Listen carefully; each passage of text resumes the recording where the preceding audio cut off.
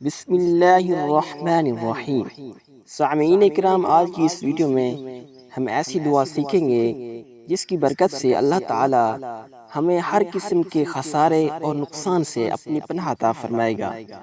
حضرت ابو ہریرہ رضی اللہ تعالی عنہ فرماتے ہیں کہ رسول اللہ صلی اللہ تعالی علیہ وآلہ وسلم یہ دعا فرمایا کرتے تھے: اللہم انی اعوذ بک من الاربع، اے اللہ میں تیری پناہ چاہتا ہوں چار باتوں سے۔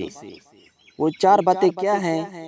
من علم لا ينفع، اس علم سے جو فائدہ نہ دے، وَمِن قَلْبِ لَا يَخْشَعُ، دوسرا اور ایسے دل سے جو تجھ سے خوف زدہ نہ ہو، وَمِن نَفْسِ لَا تَشْبَعُ، تیسرا ایسے نفس سے جو سیر نہ ہو، وَمِن دَعَاءٍ لَا يَسْمَعُ، اور چوتھا ایسی دعا سے جو قبول نہ ہو۔